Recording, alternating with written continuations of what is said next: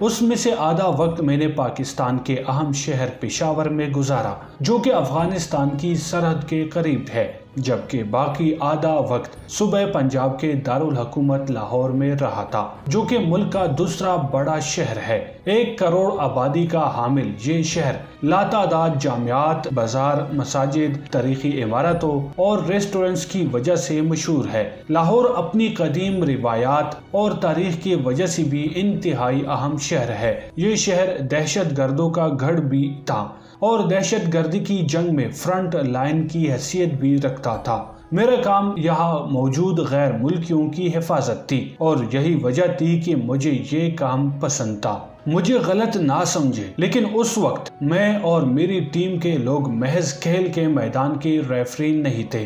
اگر کوئی ہمارا نوٹس نہیں لیتا تو اس کا مطلب تھا کہ ہم ٹھیک کام کر رہے ہیں۔ ایسے واقعات بہت کم تھے جو ناپسندیدگی کا باعث بنتے، لیکن اس وقت ہمیں پوری قوت سے یہ بتانا پڑتا تھا کہ ہم وہاں موجود ہیں۔ سیکیورٹی کانٹریکٹر کے طور پر ہماری بنیادی ذمہ داری اہم لوگوں کی حفاظت کرنا تھی۔ مجھے غلط مت سمجھیے، بہت سے لوگ جن کی حفاظت میرے ذمہ تھی وہ بہت زیادہ ذہین نہیں تھے لیکن اپنے کام میں ماہر تھے۔ وہ متوقع خطرات کو بھانپنے کی صلاحیت سے عاری تھے اور وہ غلط موقع پر غلط جگہ پر گھومنے چلے جاتے تھے۔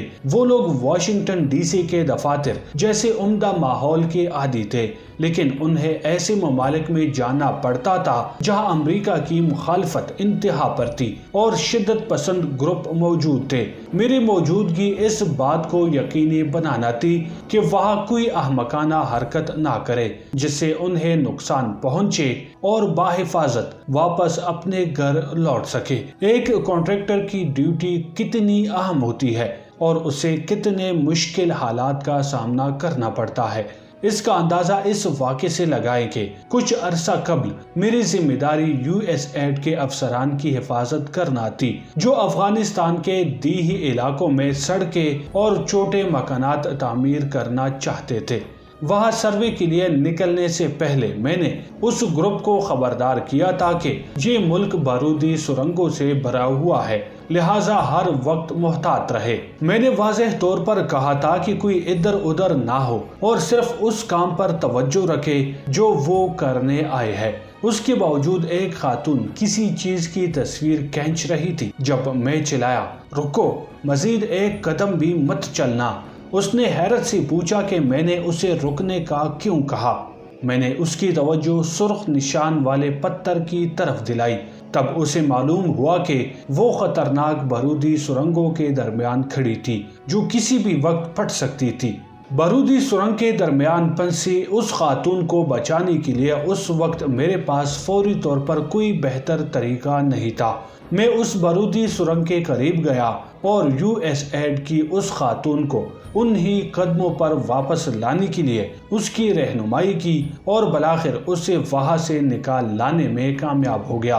ایک غلط قدم ہمیں موت سے ہمکنار کر سکتا تھا، لیکن میرے پاس اس کے سوا اور کوئی راستہ نہیں تھا۔ بارودی سرنگوں کے درمیان محفوظ راستہ تلاش کرنا بھی میری ڈیوٹی کا حصہ تھا۔ ایک سیکیورٹی کانٹریکٹر کے طور پر آپ کو صورتحال کے مطابق کوئی بھی قدم اٹھانا پڑ سکتا ہے۔ اس وقت مسئلے کو حل کرنے کے لیے جو کرنا پڑے وہ آپ کرتے ہیں۔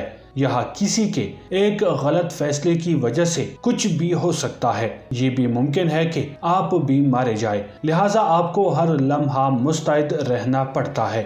میرے خیال میں یہ کہنا درست نہ ہوگا کہ اپنی ڈیوٹی کے دوران مجھے کبھی ایسی صورتحال سے کوئی فرق نہیں پڑا۔ میں نے متعدد بار ایسے حالات کا سامنا کیا ہے۔ مثال کے طور پر ایک بار مجھے کہا گیا کہ ڈک چینی امریکی نائب صدر کی وفد کے گاڑی کے آگے آگے حفاظتی گائیڈ کے طور پر جاؤں۔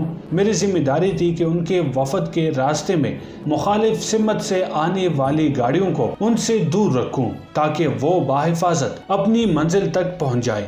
اس روز بھی ہمیں ایسی ہی صورتحال کا سامنا کرنا پڑا۔ جی دوستو، اگر آپ کو یہ ویڈیو پسند آئی ہے تو اس ویڈیو کو لائک کر کے چینل کو سبسکرائب کرنا نہ بھولیے۔ اگلی ویڈیو تک اپنا اور اپنے پیاروں کا بہت سارا خیال رکھیے گا۔ بس اتنا ہی کو اجازت دیجیے۔ اللہ نگہبان۔